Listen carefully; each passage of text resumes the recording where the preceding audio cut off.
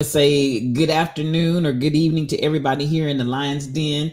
Welcome to Yes You with Friends. And I know it's going to take just a minute for all the notifications to get out. So we're going to give it just a tad bit of time to let those notifications let people know that we are streaming here in the Lion's Den. I just got mine. So I'm going to presume it may take a little bit for everybody to get the notification that we are going. And so with that, I'm just gonna show a promo and let it run as people gather. And once I see people start typing in the chat, we'll get it going. But I don't want to miss. There we go. Stacy 546. Good evening to you, sis. Good evening. So the notifications are going out. We're gonna do just a quick promo here, and then we'll be right back and let some more people gather in.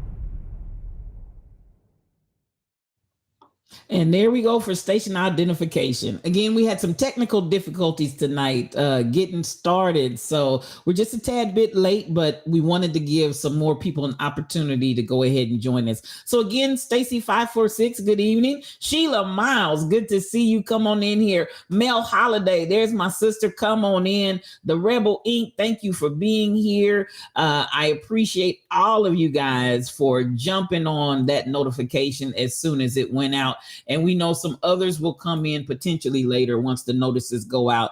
But I tell you, we had the E-Devil. Diablo was loose on tonight. It was the E-Devil. My He's still goodness, working. but we're He's here. still moving. Uh-oh, he's still moving over there, girl. We gonna bind that joker. He's loose. Yes. Loose. But I want to welcome each of you to tonight's edition of Yes You with Friends. And it just seems like we haven't been here forever, guys. It seems like it feels like forever. Oh my God, like 50 years ago since we met. It's unbelievable. Go ahead, Jay. Was it something like 50, 11 years? 50, 11 years ago was the last time we were able to meet together and gather. But listen, these are my friends, Jabez, Jana, and Tyrone, and we're definitely missing my girl, World Confessions, hoping and praying, sending all kinds of love and prayer. That girl has just been turning every which way but loose. I'm trying to tell you, she's been moving and shaking. And of course, I expect that the closer we get to election time. Somebody said it must be a full moon. Come on, Mel. She diagnosed the situation quick, fast, and in a hurry. I'm going to stop and give my friends, I'm so happy to see them. I really, really am. I'm going to give my friends an opportunity to just kind of chit chat and say hello to you all before we get started tonight. Jabez, we have missed you, my friend. So I'm telling you, I am so glad to see you. Tell us what's going. I love that shirt. I'm just loving that shirt. Now, I will say I want me one. Listen, I'm looking and I'm jealous. I ain't even gonna lie. I like that. I love it. I love it. Truck driver, come on in here. That's my brother. So much love coming to you, and thank you for being here with us on this evening. Tell us what's going on in your world, Jabez.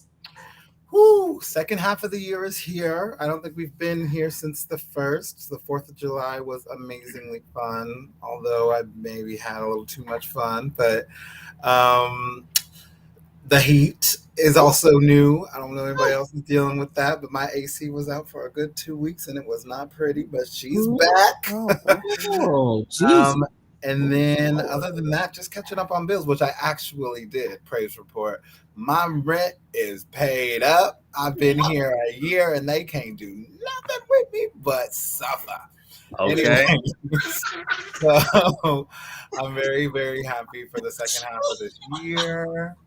Yeah, let them suffer. I'm here. I love you, man. I love you. I do, Jay. I just love you, Jabez. So you said suffer. In silence. Because I'm here. I ain't going nowhere. Okay. Oh, that's funny. That is too funny. Well, thank you for that update. Jonna, CPW, what's going on in your world, girl? Listen, it's hot. And that's really all I got. It is on burn. This good chocolate is suffering around here. Are you melting? I am. Absolutely. From the outside and from the inside out. It's a whammy around here. It's hot. Oh, my geez. Anyway. Whoa, we've been doing well around here. We're getting ready to go back to school already. So we've been busy doing that. And we're going on vacation next week. And it's been, we're starting getting ready for that. Packing up 5 folks for 5 days. So yes, I've been busy doing that. Bless your heart. But other than that, it's been good. Vacation from a vacation. What'd you say? I said you're going to need a vacation for and from the vacation. Oh, absolutely. But listen, I plan on resting, so they can do whatever they're going to do, but I'm taking a break. They can tear up wherever they are. You're just going to be chilling. You're just going to be relaxing. Absolutely.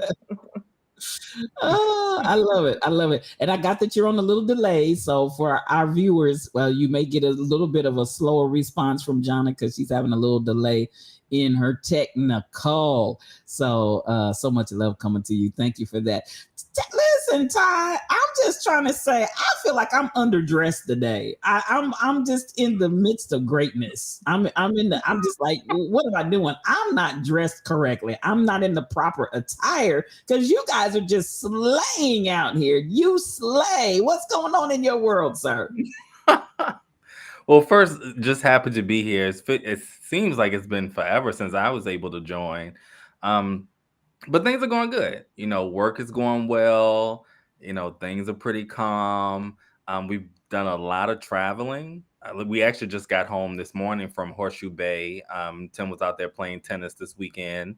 He did really well. He was able to play on clay courts, so that's always fun and different because most courts are hard court out here in Texas. But life is good. You know, no complaints. Just, you know, taking it all in. So everything is going pretty good. Awesome. Just happy to be amongst the people again and happy to be home because we've done a lot of traveling the last couple of months. So yeah, just happy to be home. Oh, it's good to have you back. As SK8843 said, it's good to see you, friends. Daniel Dean is in the Lion's Den. Hello to my God. That's my preacher right there. I love you, man. It's good to see you. Welcome, welcome, welcome. And thank you for joining us tonight. So, and in the meantime, was it last weekend that Tim actually won the championship? Come on now. Yeah, it was the 40 Love tennis tournament here in Dallas. It's actually a Black-owned tennis tournament. They call it the Chitlin Circuit. Hate to say that, but they travel all throughout. And we went to the one in Houston. He did really well there. And then they had the one here in Dallas last week, and Tim brought it home. He brought it home. He brought it home. I said, come on, come through, come through. That's so great. That is so great. I love it. I love it. I love it. So there's so much going on and so much that we could talk about. I was like, eeny, meeny, miny, mo. I'm going to bring up a couple of things, and I'm going to start from here. Stacey, I appreciate that applause, the applause, the applause. Thank you so much for that. I want to show something that is it just happened. And I just don't know what this world is coming to, y'all. I just don't know what this world is coming to. So this that we're going to watch, ladies and gentlemen, is an actual shot of, I got to get reacclimated. I've been out of here so long. I got to remember how to share my screens. This is a church service today where armed robbers came in and robbed the church at gunpoint. Robbed the church at gunpoint. And here you go. You have lost your faith because you saw somebody else die what you about to go through. Yo. All right. All right. Yo, all right.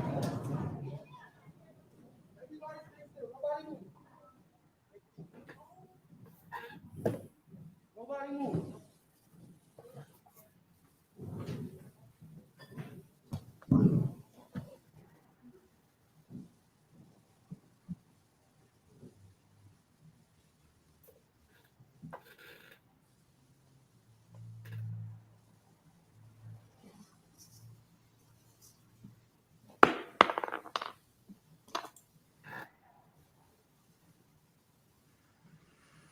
Nobody move.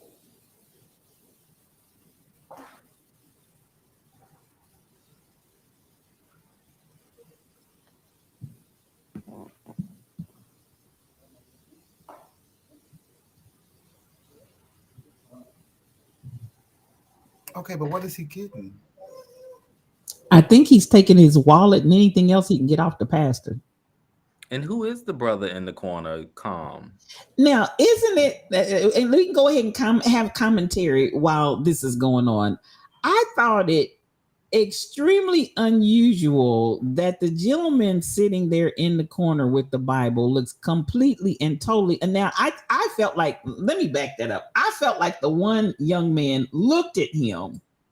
Let me back that up and see if we can get. I felt like I have some suspicion because he's just too cool for me. He just now watch and I'm gonna try to catch the point where I felt like the one looked at him and it's like right there. Did you see that? We looked at him. But is he in a wheelchair? No. He's sitting on a stool. Oh, okay. He real calm. Real calm. Had eye contact and everything. Like Bible never left his lap. He is chilling. He is absolutely positive. Now, they took all the stuff that the pastor had. Now, did they know that the pastor was filming, of all things? I don't think they cared about that. But he went, now what you couldn't really see clearly, they were going around through the congregation and just helping themselves. And it almost seemed like maybe there was Dr. Dady Priest, come on in. So good to see you. Now, I'm just because they're going around, and this doesn't really give you the best picture, but you can kind of see them going around. They're walking around through the congregation. I don't know if they had an offering or what. Truck driver, he's just too calm for. Look at That Like- Joker is chilled. Like Bible never left his lap. Like That- he's calm. he has. And he reached in his pocket, I assumed maybe for his phone, but he didn't pull anything out either. So He's just looking and observing. well, I'm not a policeman. It's not my job to investigate. But let me tell you, in a house of worship, is nothing sacred. Daniel, that's the question that I have. Did the chill guy set this up? Because he's too chill. Now, I'm trying to be, but watch. I think this is the space where he walks away. And when I watched it, it caught my eye. His face shows no tension, no stress. Look at each other right there, and we just keep on going, and we're taking stuff. And he stands up and sits his Bible And they down, never or went whatever to it is across his lap. to rob him. They never went to him at They all. put everybody's Right. stuff in the Look. house except for his. Let me sit my paper down. What's he got in his pocket? Let me get my I think he's gonna phone. get his phone. I think he's gonna get his phone. Like all this is going on, and now you react. Now the children and the women in a panic is just too much. Well, I can understand not wanting to give a reaction, because that would be me. I'm not gonna let you lose my peace, even if I lose my life. But this is a sign of the times video for real. This was today. But why is he so concerned? Was now he done zipped up his Bible, he done pulled his stuff together. He nervous, and I guess he heading to the car. I just something in my Shondo said an inside job. How Yeah. many of you have lost your faith? So because saw somebody- that right there, and I'm just going to stop and allow. Now, let me say that is my summation. I cannot say that that's what this brother did. I really cannot. That he had anything in any way, shape, or form to do with any of it. He just looked too cool, calm, and collected. What Dr. Dady Priest said, CCC, calm, cool, and collected. He was absolutely, listen, the Holy Ghost was keeping him. He's a keeper. You understand? He's a so put him on off the deacon board. We haven't reached to try to get the phone down. Nothing. I mean, he's just chilling. Now I'm gonna let each of you, as you watch that video, what goes through your mind outside of, I don't want us to get sidetracked with accusing Brother Man of having something to do with it. Just the overall scenario of going to church to be robbed at gunpoint by folks that come in. On a lighter note, you heard I missed that. Did she have other tongues, Dr. Dady? Rebel said you would hear that. Okay. What is your? Yeah, go ahead, Jay. Go ahead, Jay Bez. One, I'm going to give everybody in the video, I know y'all ain't gonna like me for this, everybody in the video, because everyone is at least presumed innocent until proven guilty. I don't know any of the backstory. I don't know anything that happened in that video. But what I do know is that there is something truly statementally to be said about people being willing to take guns into a house of worship. And it's happening all over the world. It's happening in mosques. It's happening in Jewish temple. It's happening in especially Black church. And for me, I can't stand to see it. I really can't. Whether it be law enforcement or the parishioners or the clergy or anybody else, I can't stand to see it. I just don't think that weapons belong in the place that you go to worship. And the more people feel that they need weapons, even when they're in a place of worship, the worse off our spiritual state will be. Let me just say that. Thank you. Jonna. And as a mother, Well, you may have had a totally different reaction to it in totality. I don't know, but It's a sad state. There used to be honor, even if you left women and children alone, and places of worship and such. And that's just apparently not the case here. So I agree with Jay on that. But where I'm kind of maybe out here by my cell phone is I feel like the staff needs to pack some heat. We got to pack some heat. And they are doing that in a lot of churches. We got to pack some But heat. for what? They have heat. We got to pack For some heat this? too. Are you gonna shoot them? Yeah. Are you, me personally? If somebody shot somebody, Absolutely. I will fire before you fire on me and mine. And if you try gonna to hear bully, you you up gotta before fire. You you gotta be cross willing to over. fire. But I'm again, y'all Yeah, I treating me know the like y'all rules. gonna treat Don't me pull like it I'm the guy unless in you're the gonna back. shoot. Okay. You gonna pull it? I You would have better just use sat it. there, collected the information I could. If I had the ability to turn on surveillance or a camera or a recording device, maybe. But they already had a literal camera recording. So at that point, just be peaceful until you can give a report to the janitors, aka police. I love Jonna how she said she's going to lay hands on them and try to heal them before they cross over. You have to. Absolutely. Before they cross over. SK8843 said, I certainly would, meaning she would shoot them. Man, man, come on, Ty. When they decided to walk in that building, they knew their life was on the line. So whether they walked out of there or not, they made the decision before they walked up in there. Now, They my being the thing attackers. is, excuse me? They being the attackers. Correct. When you come up with that plan in your mind, and I'm gonna walk into any establishment and try and rob somebody, I've taken on that responsibility. I may not walk out of here. That's a decision I made. But my thing is, this is sad. And we do see a lot of this in churches today, and and a lot of times it's terrorist attacks and things of that nature. To me, this is the sign. To me, this is showing that the church has become a money pit, and people, because these guys that walked up in there, from what I could see, this wasn't planned from another country, and they're just coming to make a statement. These guys walked into this establishment coming for something. Mm-hmm. And that a part of that goes to, if not, I can go into the church and rob people. The church has become a money pit. We know the pastor has the nicest car and nice jewelry and this, that, and the other. And so possibly the congregation, because they're supporting the pastor. This is a sign that the church has become, the idea of the church is the money pit. People rob stores because that's typically a cash register full of money. We rob banks because there's a lot of money. We're robbing churches now. Why? Because But aren't churches funds for the community? I mean, that feels like stealing from the community for yourself, right? Oh, so let's if have we that were in the conversation. 60s. Let's have that church money conversation. for the people. Does the church actually serve the community? Do you Not all at believe all. that that's a true statement, Jonna, Tyrone, Chat? Do you all believe the church is geared toward the community? Not at all. Financially, I think emotionally, some none churches. of it.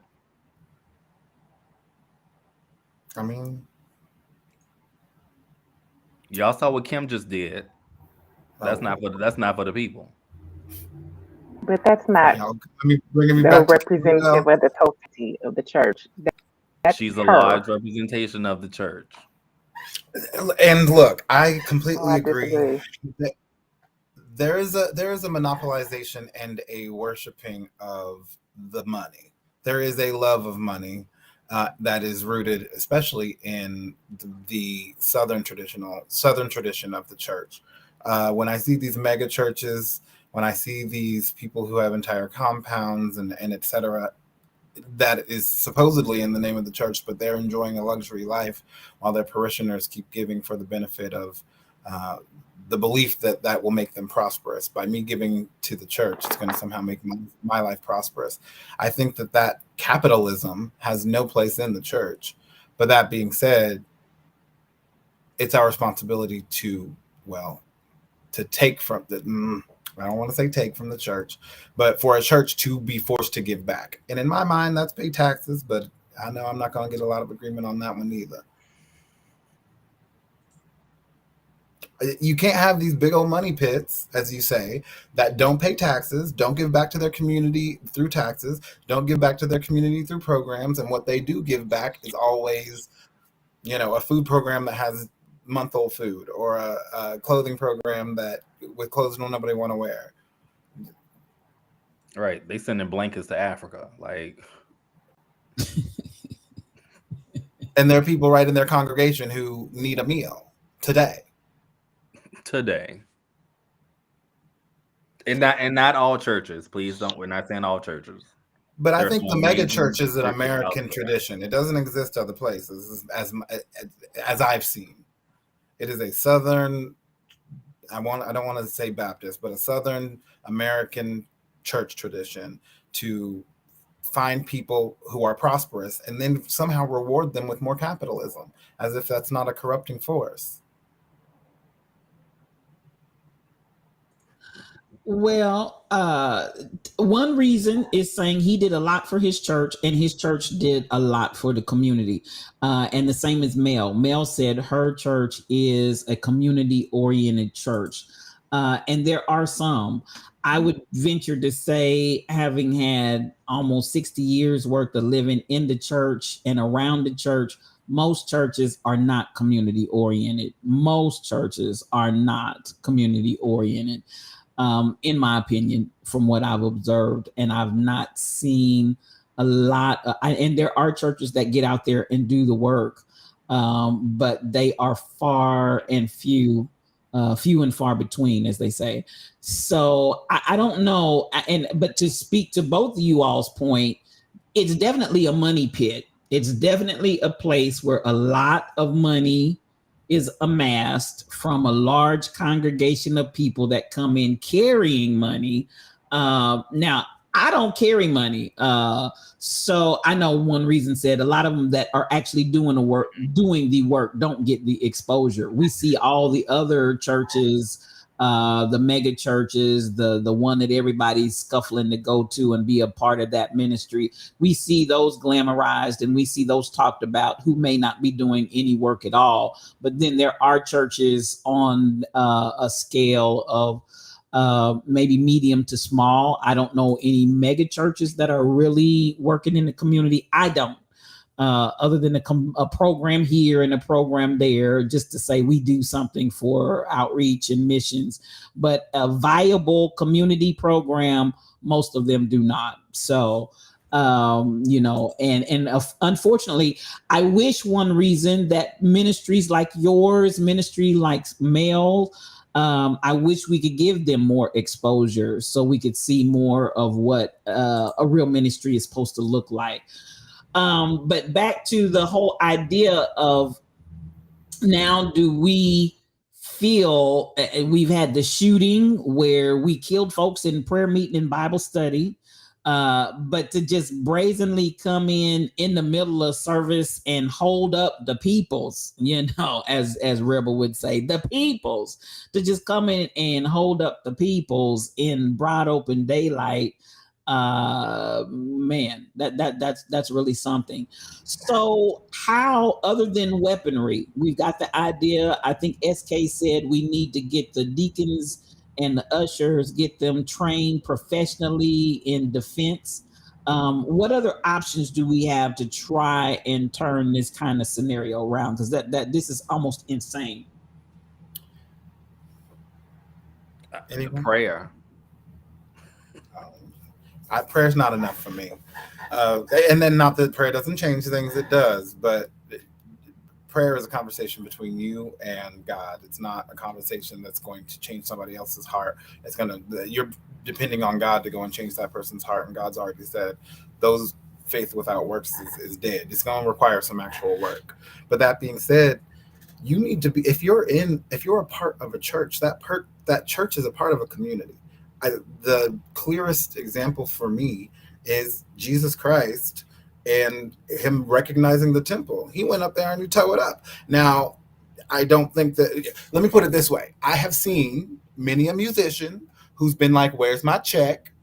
Come up into a service and be like, this service ain't going forward unless I'm getting my check. Now, whether that's burglary versus robbery, in other words, they're taking something without the threat or use of violence or force, but still, it's something that happens because these institutions are not being true to their word, positive members of their community, as in actually engaging with the community, because that's what's going to keep you safe.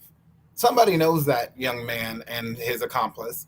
And if Mhm. there's an accomplice in the church, somebody knows them too. But if you don't have any conversation with the people in your community, that information is never going to get to you. So you don't even know what you're protecting yourself from.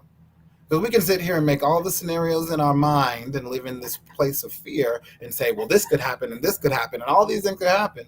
But until you are a member of that community and are given that intelligence, which it really is intelligence of what is going on, if you know that Miss Bertha down the street is facing eviction in 3 weeks and she said, all y'all living here better come back with $300 or else, maybe the church would have known that is something that is a risk factor now, because desperate people do desperate things, hurt people. But I think that if you're a member of the community, that intelligence comes back to you. And that's what many other places who are dealing with the same problem, especially in America, specifically, I'm talking mosques and Jewish temple, they are making it a point to do that, to outreach outside of their own community and say, look, we're here. We want y'all to know who we are. We want y'all to not be scared of us. And we want y'all to support us whenever something like this happens. Because people outside of their community are usually the ones that are hurting them. Cool. Jonna. Well, I think you can do all the outreach and all of that carrying on that you can, still going to be this kind of stuff that goes on. I agree with Stacy. Call me violent, lay 2 or 3 of them down, and then see what happens. That's awful. I know it is, but you come in here to rob the people during service, you're gonna get dealt with. Now you make that choice when you enter these doors, and we'll take it from there. Yep. And we'll even host your funeral. Tyrone. But you're not gonna walk in here again and rob the church. Tyrone, here lies the person that tried to rob our church. I am all for self-defense. Thank you. Best defense. This was his last place he came to, so we thought it was the best thing that we lay him to rest here. Oh, is that in the word? Is that from the word? Yep. We are one-stop shop. We took you out and we will lay you to rest. And the doors of the church are open. You are absolutely right, one reason. So is the casket. Right.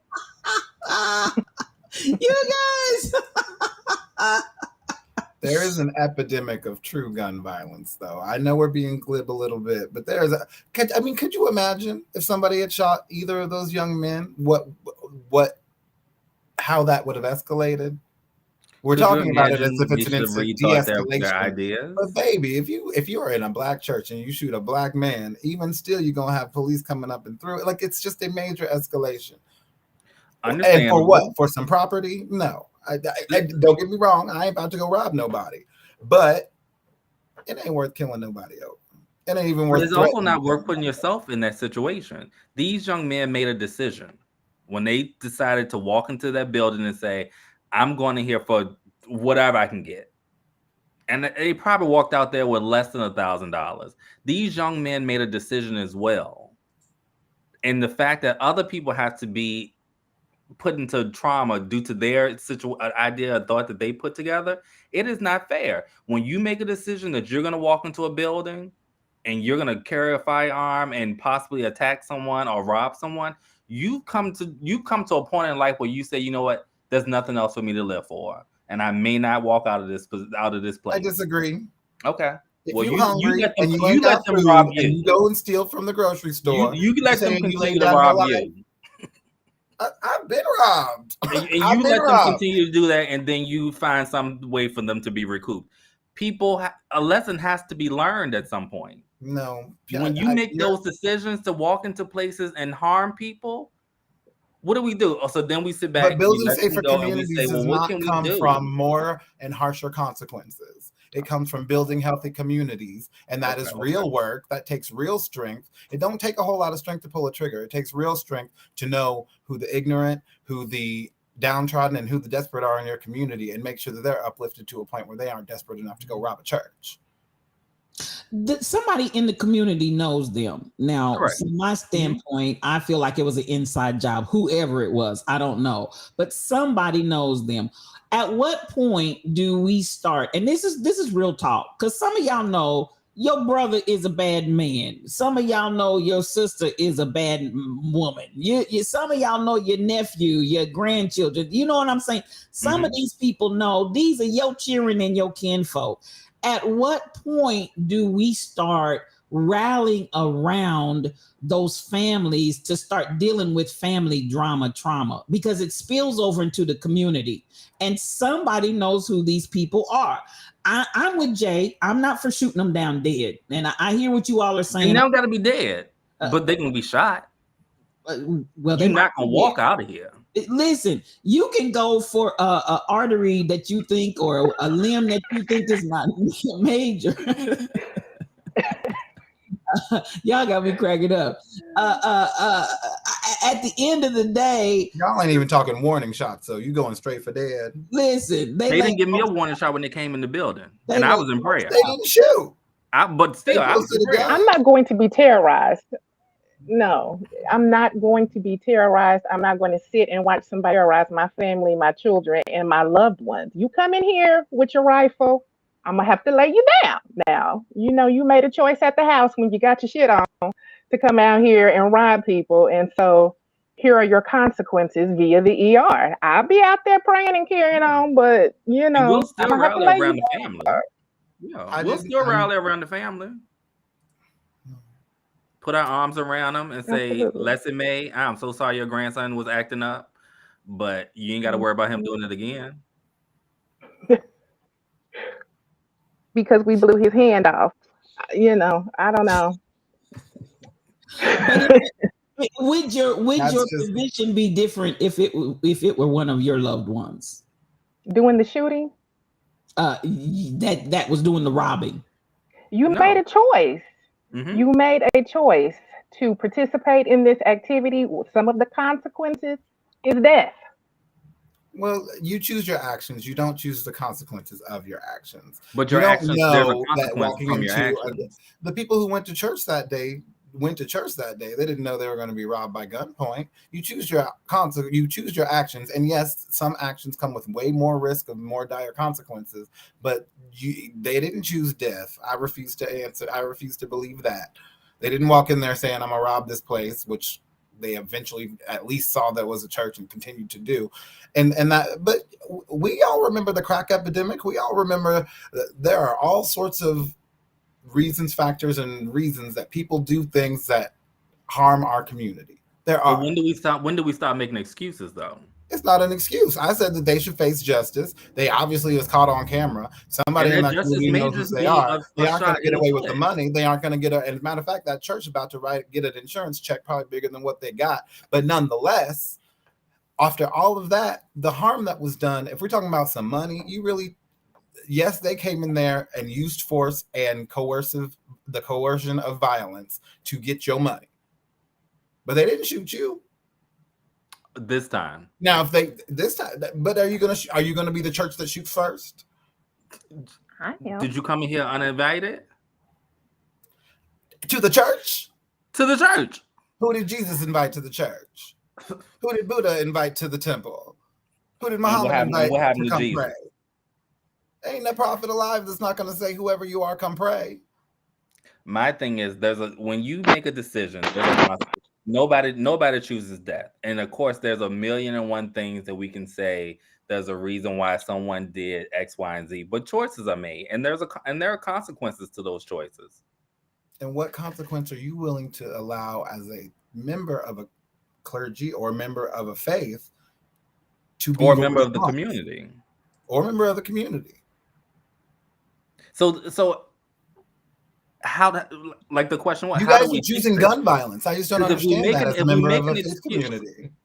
Okay, so we don't have to choose gun violence. We'll stone them. I didn't say you don't defend yourself. I didn't say that you willingly give up your cat. What's the chat saying? Ain't nobody on my side. First Family Worship Center. Listen, if there was a congregation, don't start none, won't be none, I'll be the head pastor. Don't come in here with that. No. No. No. Shoots First Family Worship Center. I Okay. would not be a member of that Heart church. attack and died in the commission of this crime. What if somebody got so upset they had a heart attack or a seizure and went into? I mean, all kind of secondary things can happen from that choice outside of them shooting somebody with the gun. That's a very valid point, Mel. Good point. De-escalation is a better training tactic that more people understand than escalating with violence in every community, in every situation. And now, sometimes de-escalation violence is is great. perpetrated upon you, and you've got to defend yourself with all that you have, because that is your right, that is your birthright from being alive and being at least a person. But nonetheless, when you choose your first reaction to be reactionary violence, you've lost me, at least as a church, at least as a faith community. That's what police do. Shoot first because I was scared, and I ain't about to be a part of that church either. Okay. I respect everybody's position. I respect all positions. I respect all thoughts and concepts. Now, I'm going to say this. I really feel that at the end of the day, I feel that as we move forward for many different reasons, I believe that more churches are going to become cyber sanctuaries. So I'm gonna throw out. I see your face looking very perplexed, Jay. I'm gonna throw that out because I'm gonna tell you what, that is an element, an aspect that I am personally leaning toward, is to create a cyber sanctuary, and we're finding this happen more and more in our communities because of many reasons. Man, I can tell you for sure that. I know pastors that have shut down since the pandemic because they just could not survive it.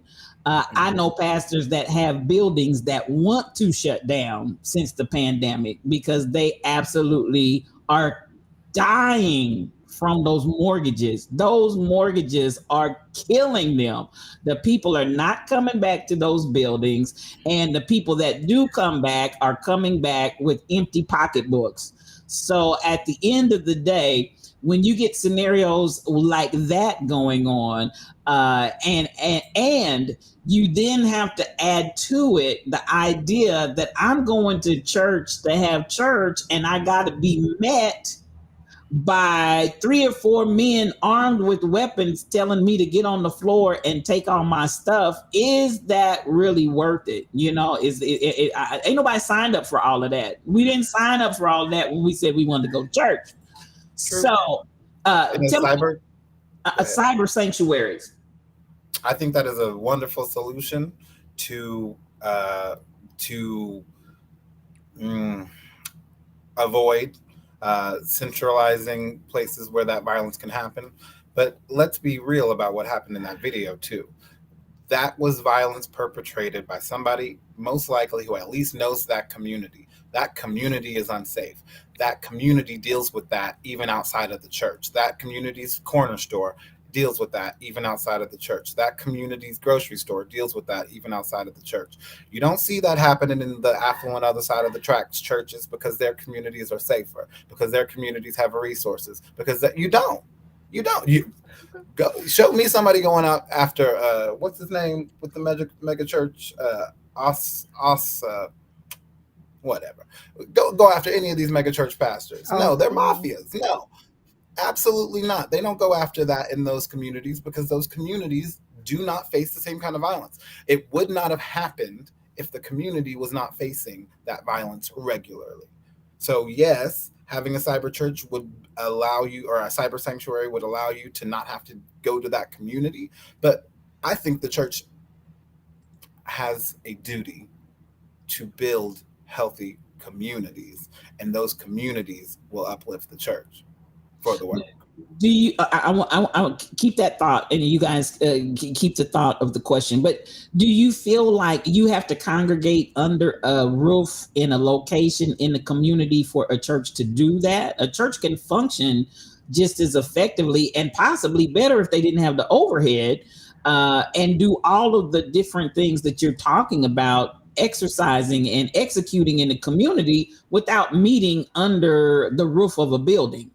Chazzy Licious is cooking. I see you. Come on in here. So much Austin, love thank you, Mel. for you. Joel Osteen. So at the end of the day, because for real, if we really get right down to it, a lot of the money that the people are giving is for the building.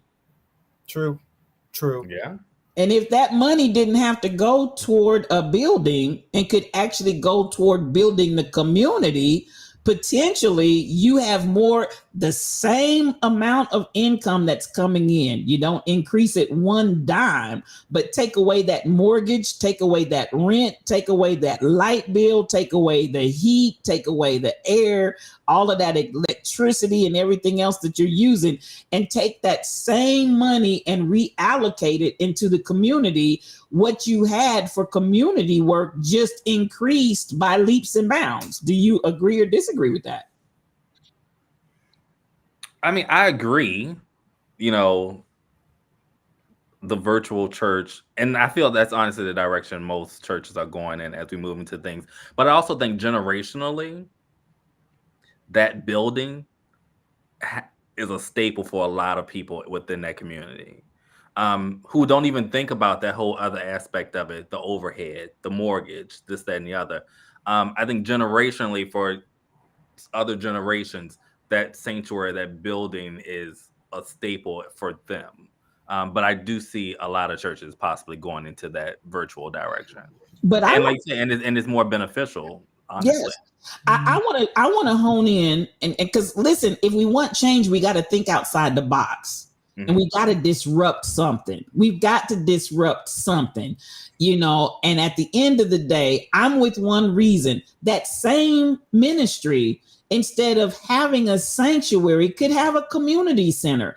Couldn't the community center serve the purpose of serving the community so much better than come look at my big, beautiful church? Come look at what my pastor drives. Come look at, I just saw a church meeting a couple of weeks ago, and they had king and queen of the chairs like you go out, like the big celebrities. Game of Thrones.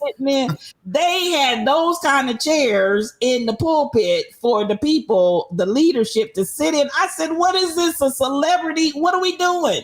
So, and at the end of the day, y'all know those chairs cost money. So, I looked at that and I was just like, I showed it to the Rebel Inc. I said, can you believe this? Can you actually believe this is a church? Baby, they had rolled out, just like it was a wedding. They rolled out the carpet and then they had somebody come down dropping pedals on, I'm not joking. This was a church service. They had them dropping pedals down on the runner. And then at the end of the runner were these king and queen of the chair seats up here in the pulpit, and they perched up in there like they were celebrities. I looked at that. I promise you I'm not lying. God knows I'm telling the truth. I'm telling what God loves, and that is the truth. And so at the end of the day, the money that we spend, and we're all of this in a building, in a sanctuary that, you come in and you have this gorgeous sanctuary with all of this beautiful furniture that people are going to sit in for 2 hours out of the whole week and Instead of a sanctuary, why couldn't we take that same money and build a community center and have a cyber sanctuary and bump all this extra? I'll let John respond first. Well, I actually love the idea of a community center because simply because it to me reaches out to more people than say a church would. Give people the option, if you want a spiritual or religious service, and you can, this is where we meet at such and such time, but this building is for the community. That brings to me more people in to do some of that work Jabez was talking about. And it reaches, because some people are just not coming to church. Now, it's just not going to happen. And that crowd is getting larger very quickly. Some people are just not coming. And if we want to do the work to heal the community, we have to figure out a way to reach them. And for me, that way today is not church because they're not coming. I can agree with everything there, and absolutely well said, Jonna. Absolutely well said, because I really do think that communities would be better served with community centers than a building that you're only open 2 days a week and you only allow in people who are already members of, et cetera, et cetera. It's something that it doesn't seem to be doing the service. But I have 2 points. One, when you see a throne, how do you know that they weren't following in Jesus' example and being carpenters themselves? You don't know that they bought it. They could have whittled and weaved and you don't know.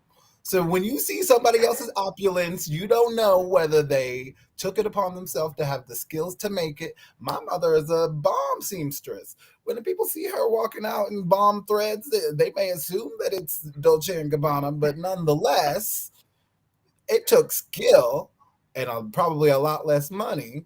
So I'm just saying, don't hate on opulence for opulence sake. I think it is a tie on to colonialism. But secondly, they should have built some child a bed. Absolutely.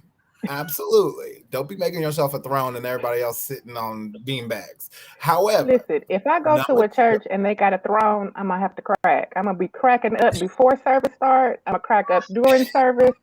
I'm not going to make it to the end of service because they're going to ask me. Because if I see those big baby shower chairs, I'm going to crack up. I'm going to have to roll. I'm looking for the bar.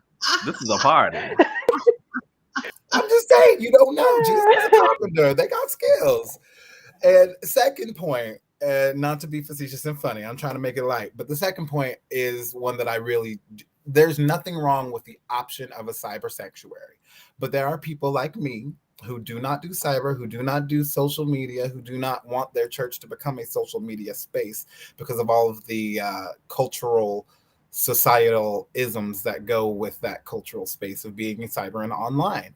I like being able to see people with my face, touch them with my hands, lay hands on them. In my faith, that is a necessary component to practicing my faith. Now, people don't go to church like me to practice their faith. A lot of people go there to learn, but I'm a tactile learner too. If I can't read the page, if I can't read along, if I can't interact with it, it's not that it goes in one ear and out the other. It just doesn't touch with me. So while it may be a great solution for a great many people, and I want those people to have a solution, I don't want people to assume that it's automatically better than having a congregation. Because in my word, it's where 2 or 3 are gathered together in my name. That doesn't have to be just in a physical place, but there is something about being there with having a true congregation where they can see you. They can, y'all see in my house right now, but you're only getting this window of it. I done cleaned like 2 rooms in my house. I got 3 other rooms that's still a mess. I don't want to be in a space where y'all can only see the presentable part of me, which is a large part of what that societal and cultural culture is in online and cyberspaces. Well, I feel like this, and Ty, I still want you to share because you haven't had an opportunity to express yourself. I feel like this, a couple of things in response to that. And that is, you really don't get fellowship at church anyway. You get people that sing to you, you get people that preach at you and talk to you, but to actually grow in fellowship with one another, that little 5-10 minute window that you get before service, that little 5-10 window that you have after service is really not an opportunity to have real, what I consider fellowship. So that to me is kind of like no, because you really don't know people and get a chance to really get a feel and a vibe in 5 or 10 minutes before service, after service. And the rest of the time you're sitting there and maybe you're participating, maybe you're not. But then secondly, I'm just going to keep it real as a pastor and as preacher. Y'all say I'm a tactile learner. I got to be there. And y'all, the main ones, don't come to church. Y'all don't come to church. Yeah, you're not church attending people. But when the church doors close, y'all talk about how much you want a church, but the same ones that say you want a church don't come to church. And I'm talking what I know for a fact. So then while I'm spending money as a pastor and a ministry to keep the heat on during the winter, and I'm keeping the air on during the summer, and I've got a chair for everybody that says they want to meet and come to church, y'all don't come to church. You don't go to church. So then here we have money that has been allotted and resources that have been set aside for all the people that say they want a church, but they don't come to church. So then I took that money that I could have been using in the community, that I could have gone and had a community center and had people come in and be blessed. I've taken that money, set it aside, and spent it to heat a building, to cool a building, to buy chairs for a building, to seat people in the building, and the people that say that's what they need don't even come to church. I preached the whole sermon right there, and it was the truth, the whole truth, and nothing but the truth. So help me God. So this is the dilemma. Don't tell me that you want to meet and congregate in the building when you don't even congregate, and the building is there. The doors of the church are open, but you ain't there.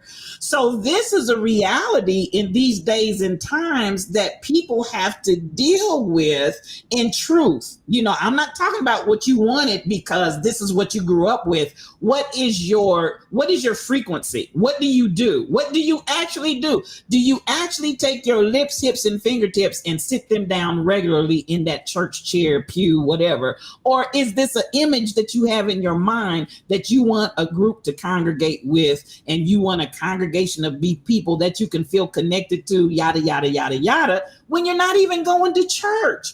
It's unfair to the church establishment to provide that and to spend those resources when you're not going to come.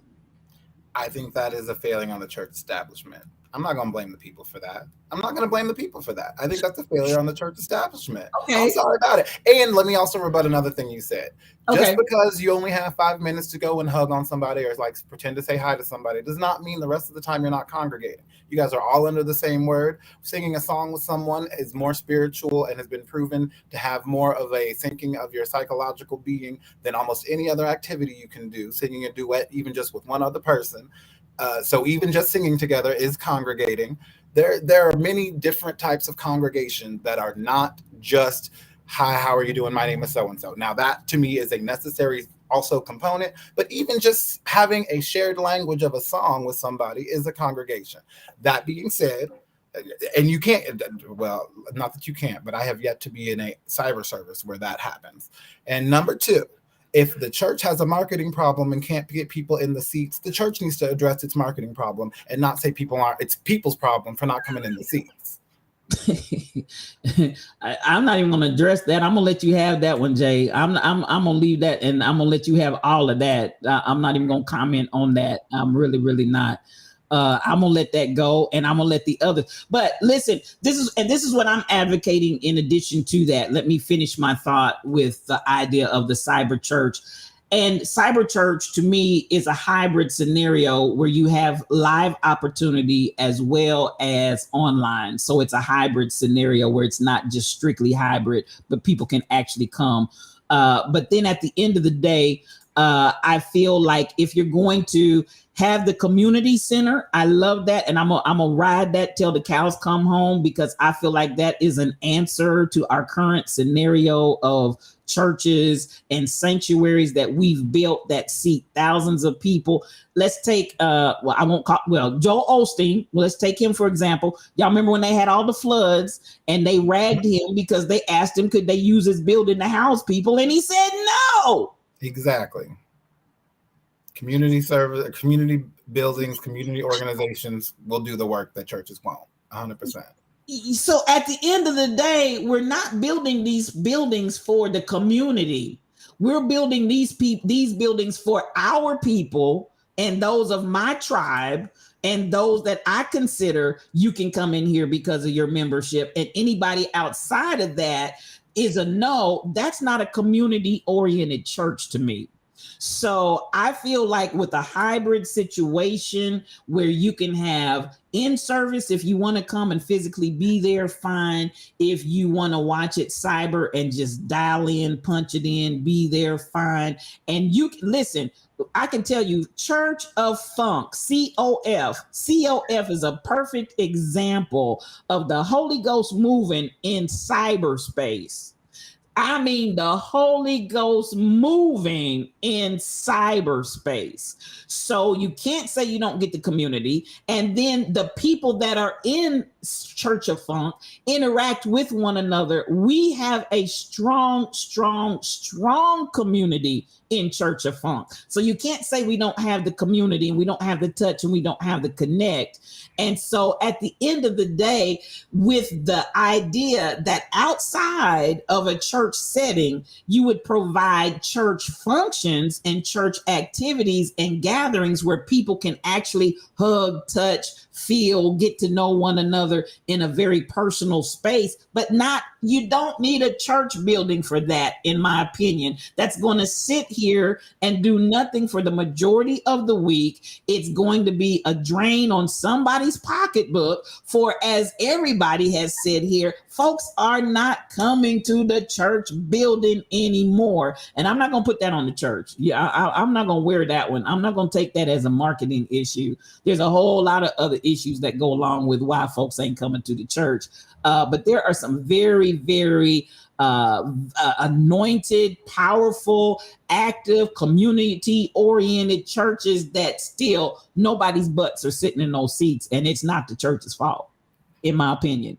So with that, I'm gonna give Tyrone, let me get you to chime in, because I want you to share what you want to say. Jonna, I want you to and not that I'm gonna cut you out, Jay, but I just want to get these other two, get some input from them. But ain't nothing wrong with the little bump and grind. Ain't nothing wrong with the cyber church, in my opinion. And I do feel like it is the direction of the future. And with that, Tyrone. Well, I will say I honestly feel the cyber church is the direction most churches are going into. Like, people aren't going to church anymore. There's so much that happens in the church that people just say, I don't want to be a part of that. I know the last time I went to church, the pastor said something I didn't appreciate, and I check out. Mm-hmm. And I start thinking about what's for dinner. I can do that from home.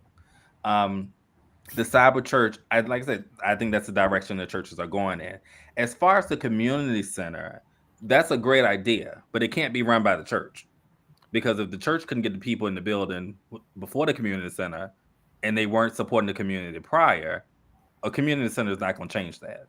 So I think a community center is a good thing, but it can't be run by the church. Now, the church, if they need a space, they can put in submit the form and they can do a little service, but the community center can't be run by the church, because what's changed at that point? I think that the community center run by the church is for the purpose of the outreach into the community, if they're actually doing it. I'm not talking about, so this to me may be speaking to a change of mindset. The churches that I'm saying that are ready to move outside the box and become a hybrid. So this is what I'm calling a hybrid cyber sanctuary. Hybrid, because you have the opportunity to be in person. You have if you want to, you have the opportunity to just dial in at home. These ministries that I'm talking about are already community oriented and community minded, where the outreach would just be an extension of what they already do. And so I saw Danny when he said, but the community center has to be funded too. And I'm saying the money that we're pouring into these buildings, the money that we're pouring in for the utilities, for the pews, for the, all of these things, that for the pastor's salary to get a bigger car and buy a jet, that money just needs to be redirected to the community center for the operation in the community. So I'm saying I can see taking those dollars, instead of putting them in XYZ sanctuary over here with XYZ church. And my God, it's a church on every corner. If all the churches came together and did it as a communal cooperative, it would be absolutely phenomenal to change in the community. While we're talking about how we're going to change the community, I think this is an out of the box type concept that if it is leveraged correctly, it can change your community. And it could. We know that's not going to happen because the churches don't get along. And I think a community center, if we could, like I say, it's out of the box thinking. If you could get all the churches within an area to come together and pour all their resources into one establishment, that would truly impact the community. But the churches don't get along. But I'm looking for ducks that quack like I quack. So I hear that. But I say it's happening. It's happening. And it's happening because there are enough lions that are roaring. There are enough lions that are waking up that's saying we want something different. And we're not just going to continue to talk about we want something different. How do you create something that looks different than the current? If you want a paradigm shift, you've got to come up with some out of the box thinking that's doable and then proceed to move towards making it happen. I'm definitely not going to approach it with the mindset right off the bat of it ain't going to work. Ain't nobody going to do it. I'm definitely not going to adhere to that. But I definitely, and I hear what you're saying, and I take into consideration. I feel you. I feel like even what I've encountered with people on Twitch, I feel like I've encountered enough people that we got enough people that if we decided we wanted to do something different, we can start building this joker and we can make it work. We can make it operate. And I feel like it can function. So, it just takes people that have a mind to work, that are like-minded, that are ready and willing to do it, that believe. You got to first believe it can be done. If you don't believe it can be done, you're the wrong person for the team. And I'm not saying that to you talk personally. I'm saying that in generalization. If you have folks on your team that are dragging and saying, I don't believe it can be done, those ain't your people. Those are not your people. We need the people that hear the concept, hear the lion's roar, understand what the lion is roaring and what the lion is saying. So that we can get there's a yes out there. One reason. Now you about to make me speak in some kind of tongue. There is a yes out there, and there are many yeses out there. You just got to go find them. So at the end of the day, Jonna, where did you go? At the end of the day, I feel like we're talking some out of the box conversational talk here that can make a difference. If we get, and there's some buy-in out there. I'm with One Reason. There's a yes out there. There's a buy-in out there that's ready to say, dump the building, dump the pews, dump all of this other stuff that we're paying for that just goes to this select group that calls themselves a congregational member at this church. Let's dump that. Let's get a community center. Let's do a hybrid cyber service. Let's have meetups where we actually get to know one another, not just in passing, but get to know one another and enjoy one another, have fellowship, go on a cruise boat together, to have some fun together, laugh together, cry together. Let's do that and genuinely make a real solid community and turn this thing around while we change the dynamic that the Black neighborhood is a ghetto that everybody's trying to run away from. Let's turn that thing around, unite our forces, and make this thing happen. And that's the way I feel about it. But my only thing is, and I support all that. And like I said, I think the cyber church and all that is great. It will reach more people, more than, the small group of people that typically would go to one church. My thing is with the community center, what would be the change? So we're saying, we're not spending the money on the church, the mortgage, the pews. We're going to spend the money on a community center. But for churches that have a hard time reaching the community from their church, what would be the difference of putting the funds in a building where they still can't reach the community? Something then has to change because we're just going from one building to another building. It's And that's different why for those churches that you speak of that, they're already in the community. So, they're already making a difference. They're already impacting. So they're able to, take away from the typical church we think of, make a community center, impact the community. But when we have those smaller churches that haven't made an impact on the community, and then we say, we're going to go to cyber church, but we're going to create a community center that's going to impact the community, but you couldn't do it when you had a church. So we're going from one structure to another structure, and not but making still not having the tools and resources to impact the community. I think the cyber church is amazing because you can reach a broader audience. But the community center, for me, being run by the church, we're just doing one building to another building. If you're not in a place where you are impacting the community in your church. If I can agree with Tyrone there, go ahead, spiritual thought leader. Well, I was just going to touch on the point that more times than not, really, if the truth be told, there are many churches that are not functioning with the needed resources they need to function. Straight up.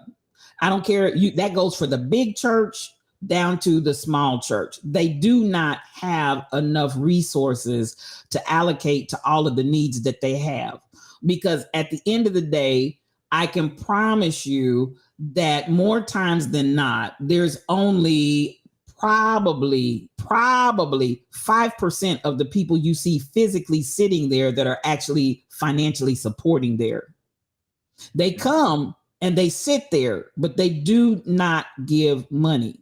They pass the basket. So you have always just a handful of people. I don't care how big, I don't care how large, you're going to have that same percentage because that's just the way church life is, that you only have a small percentage of people that are actually funding that ministry.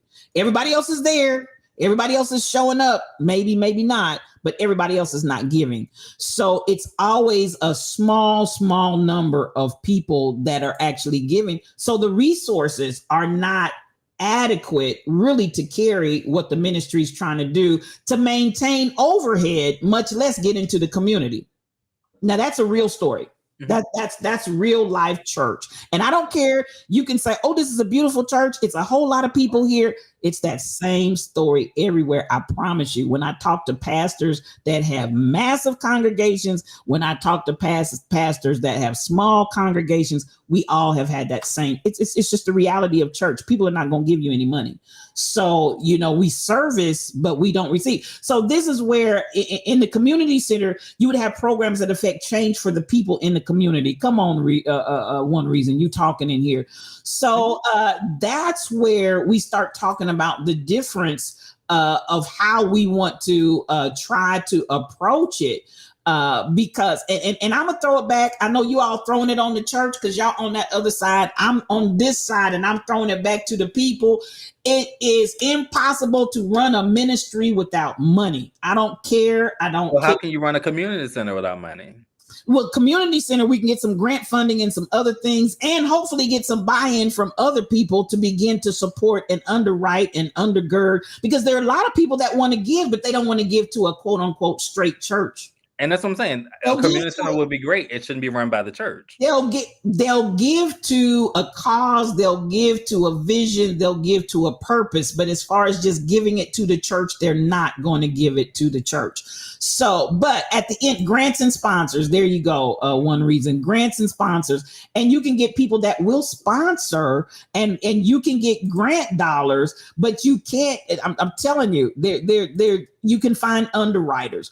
So this is ultimately the vision that I think we have to take a serious look at and say, what do we need to do to change our current reality? Because the current reality isn't working, especially when we're going in and get shot up and held at gunpoint and our little wallets and whatever else we got being taken away. Community centers may leverage grants, sponsors, volunteers, etc. Come on with that. And even at that point, it doesn't just have to be AMB Baptist Church. But again, we're beginning to spread this into a community-wide thing where it may be AMB Baptist Church that came up with the vision, but the vision is now being supported by the community because the community is being supported by AMB Baptist Church. And but the question is, where if nothing changes by the vision makers, what's the change? So we can say we're taking away the church and we're creating a community center that's, the vision was created by this church. The leadership of that vision hasn't changed. What was the difference between when you had a church and being able to impact the community versus now being able to have a center and getting grants and resources to be able to impact the community? Are we saying because resources were limited, the church wasn't able to fulfill their vision? But now because we can get grants and other resources, now they have the financial backing to be able to put forth their vision. Churches get grants and resources too. Let's just say that too. It's not like not many of the churches that we've attended are talking about in this conversation, but the definition of what we're calling a church, it seems to have 3 or 4 different definitions. It doesn't have to be a building. Correct. So at the end of the day, when you have the ability to go outside, and so I'm almost saying a community-minded ministry versus a church. I have to tell you, I'm almost at a point where I really am reluctant to even use the term church because it no longer defines what I mean when I say church. And that's just me. That's just me. I'm very hesitant to use the word church. I'm even hesitant to use the word ministry because it has such bad company and it means so many things and so many different things to different people. But what I'm saying is still from the truest part, and even with the biblical emphasis behind it, I believe this is what we were supposed to be doing the whole time while we were out here building our own version of a church. So that when Jabez is saying the church's job is to meet the community, to actually get the church back to that point.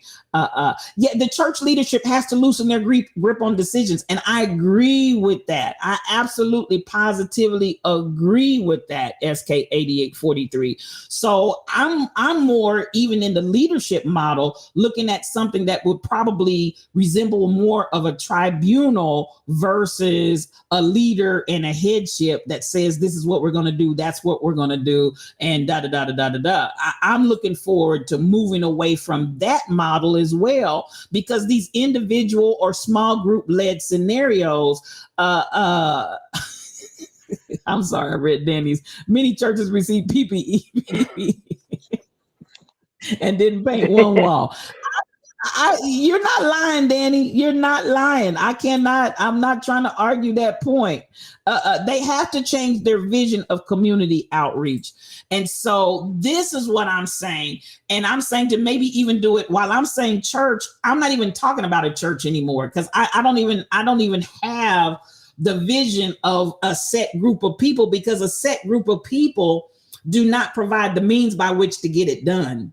It's going to take people in a broad scope at a much wider spectrum to pull it off, to make it happen and start coming together and uniting their forces and make this type of vision happen, which is not going to be done under the auspices of what we currently define and call a church, if that made sense. Mm-hmm. Okay. Jonna, go ahead and chime in, dear. Well, I agree with what you said, especially when SK said the church leadership has to loosen their grip on decisions. We have to certainly do that on tradition, on what we consider normal, on what done over and over and over. All that's got to go. We have to be more open, more fluid, to make a community center for the community. Every member in that community should feel welcome in that space. So it would have to encompass everybody. And so we have to drop, and I mean drop it, the church flavor, if you will. Yes. It's got to go. Yes. I'm with you on that. Yes, Tyrone, go ahead. Oh no, I was gonna say, and that was basically my whole point. Like, what would change? Like, it would need to be a space where if it's a community center and it's doing outreach for the community, every person in that community has to feel welcome and accepted there. And the whole, thought process of what a church should be or how church acts or how churches run would have to go, because if that's not the case, then we just changed the name on the building. And I get your point. I get your point. Totally, I get your point. But I think even as she said, you got to change the flavor so that it is a true community center that ministers to the whole community. When I say minister, I'm not just talking about going out and preaching and da da da da da da. Because hey, let's go here. I have friends of Baha'i faith. I have friends that are Hindu. I have friends that are all different types of faith traditions. I want them to be absolutely positively welcome in this concept of what I'm talking about. We can create so that nobody is eliminated because of whatever differences we want to say. The flavor. I'm gonna go back to what Jonna said. We got to get rid of that flavor and just really move on to a whole nother dynamic. Yes, Jay, go right ahead. I just wanted to give out a couple definitions. To me, a church is a place of worship. It doesn't mean a permanent place of worship that is only used for worship. When I go and meet with my friends on a Sunday and we sit down and we'll watch TD Jakes, that's still a church because we still get into the word. We still talk about what it is that what I would do in any other church. It's just a small congregation, and we still, just because it's not in a building does not mean it's still a place of worship, because the word obviously says where 2 and 3 touch in my name, there I am also. So where that is to me a church. But you don't have to call it a church. What we're all kind of arguing around the head of a pin on in this particular case is tribalism. It's the idea that this competition that my church and my spiritual place has to exclude somebody else's church and physical space. And that competition that Tyrone was talking about earlier, where, there's a church on every corner, but they don't like each other. That can't exist. That kind of tribalism can't exist in this community space, because that is what people have been identifying as the negatives of the institution of a church, but not the definition of a place of worship. Yes. If I can make the distinction. Yes, I like that.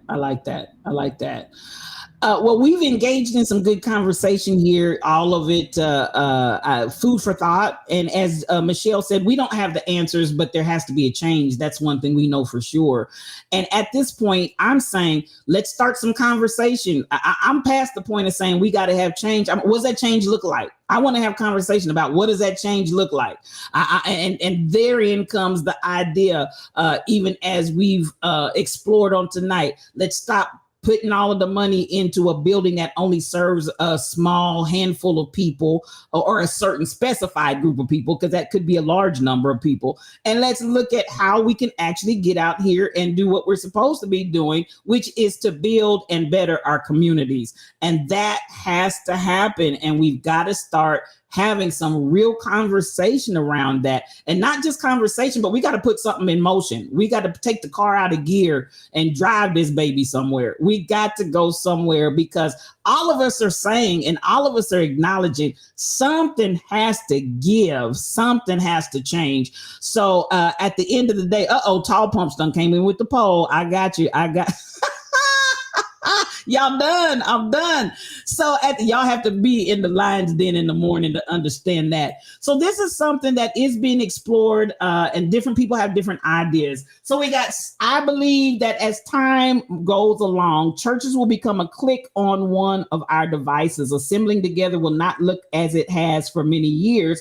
While many will continue to come weekly to our physical churches, there will continue to be a growing number of people who will require and prefer cyber sources that will become their spiritual nexus, that they can have access to live and on demand. And I won't read the rest of that. But at the end of the day, I just feel like, and have felt for a minute, Rebel and I have been having serious conversation about this, the idea. And I'm gonna tell you what, Rebel asked me, I'm going to say as early as 2000. This is the truth. Rebel asked me in 2000 to create a cyber sanctuary. and to move away from the standard church model. This was in like 2000, before anything was on this conversational level at all. And a lot of this has come up as huge as it is. And I can tell you, from 2000 until 2022, for 22 years, this child has been asking me to go cyber.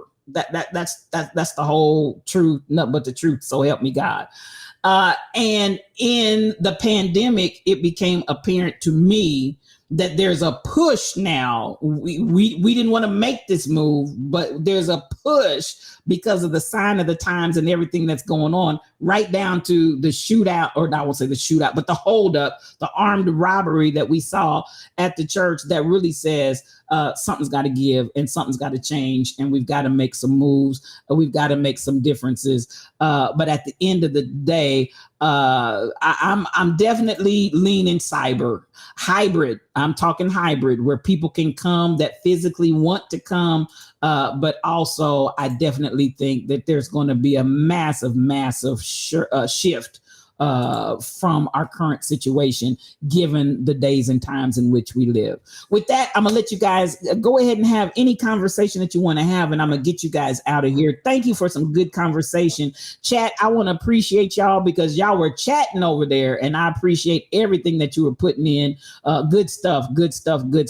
And I want you to think about what we're saying, because I'm not just throwing this out here to be playing around with some concepts. I'm ready for a change. Eileen Sideways is now reporting for duty. I love you, girl. Okay, now with that, I'm gonna just go around and I'm gonna turn y'all loose. And again, thank you to the chat, everybody that contributed to this conversation. It was great. I appreciate you. Sorry about that. I'll start and say thank you for the conversation. It was really good tonight. I think we touched on some really good things that I fully believe in. As an abolitionist, I think a lot of people focus on the things that we want to tear down, but any abolition movement is about building a new model, building something that works in place of something that does not. And this conversation was very much moving into that direction. I'm very, very glad to be a part of it. That being said, I also want to make sure that people understand my point of view, that I was not trying to naysay something that couldn't work. A cyber sanctuary is a great tool. It is an amazing tool. I think it'll be great for a lot of people. I'm just also noticing and want to put notice to the fact that everything ain't for everybody. And I think that to be a successful congregation, you have to try to reach as many as possible. Don't try to be in one way or the other. So it's a yes and proposition, not a either or. It's not a I can only do this or that. So the hybrid model that we were talking about is I fully support, and I really want more of this abolition conversation about how we build it. Honestly, one of the best conversations I think I've had on Yes You and Friends. So thank y'all for that. Oh, thank you, Jay. Thank you. And I get you, baby. I think we all get you. We know you're not a naysayer, and I get your energy and love it. I love your vantage point and your points of view. Thank you for bringing it to us. Yeah. Well, what you doing down there? Oh, never mind. Go on, you're on timer. Oh, I don't know what direction we're going. Well, I would say again, a good conversation. As always, glad we're able to come back. And a really good topic. Because like you said, once the pandemic happened, a lot of things had to change, and people are starting to see that they can work from home now. And also being able to find that space now virtually where you can still have your connection spiritually, whatever that connection is. And it is time for a change. For a lot of people, those four walls is a church, and that's their only time to fellowship, and that's the only time they can connect. And it's only done if they can hold the Bible and all that type of stuff. But we're starting to see that, we don't need that to be able to fellowship. And I think going to a virtual space really opens the opportunity and the doors to reach more people. Those four walls scare a lot of people away. Mm-hmm. And when we can look at ways where we can reach more people and impact more people and strengthen the community, I think this is a great way to honestly start to go. Because again, we can impact the community more, and we can impact everyone.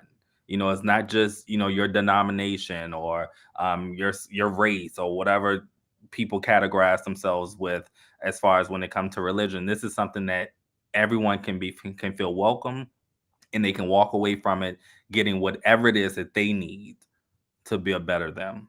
Yes, yes, yes, yes, and yes again. Absolutely. Thank you, Ty. Thank you. Jonna. So this was a good conversation. Hearing the different points, perspectives, definitely an eye opener, and which is good. Like many people here in the chat, I've spent my whole life, especially as a child, in church, the actual building. And one thing I know for sure is church folk do not like change. We just don't.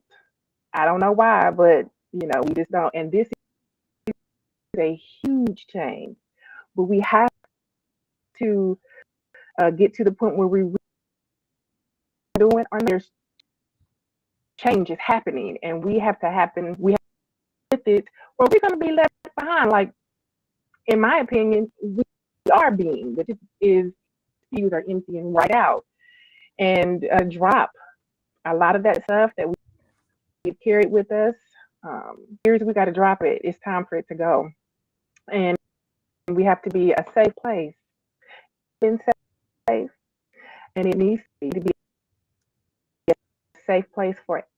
And some people are going to be a little more open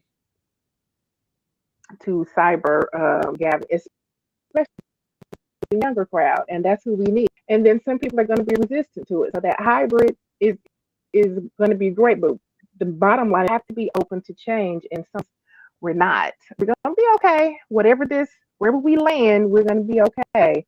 But it is what it is, and we're moving forward, and it's internet. That's just what it is. And we just going to have to accept it, have our definitions of, like Jay was saying earlier, of what the church is. You can kind of be persuaded in your own mind and act accordingly, what works for you. But that's not going to be across the board for everybody, and we have to be open to that. We'll be fine when we land. Wherever we land at, we're going to be okay. But we want to land together. That's the big part. We got to land together. Yes. The unity. Without a doubt, it's going to have a poll. There's going to be a poll in the community center. Tall Pumps is going to still be the minister of the poll classes. I got everybody's reporting for duty. Listen, not Rebel, SK883 came up with the poll and Jello shots. Gotta have a bar. See, I've been telling y'all I go to church on every Friday night out at the Castro.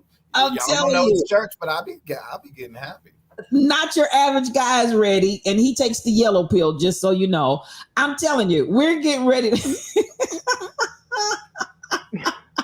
We're getting ready to open the community. Look, Tyrone, your eyes. What's the yellow pill? I don't know, because we were talking about the blue pill, and he said no wonder he's been taking the yellow pill all this time. He didn't know. And he doesn't have Mountain Dew teeth, right?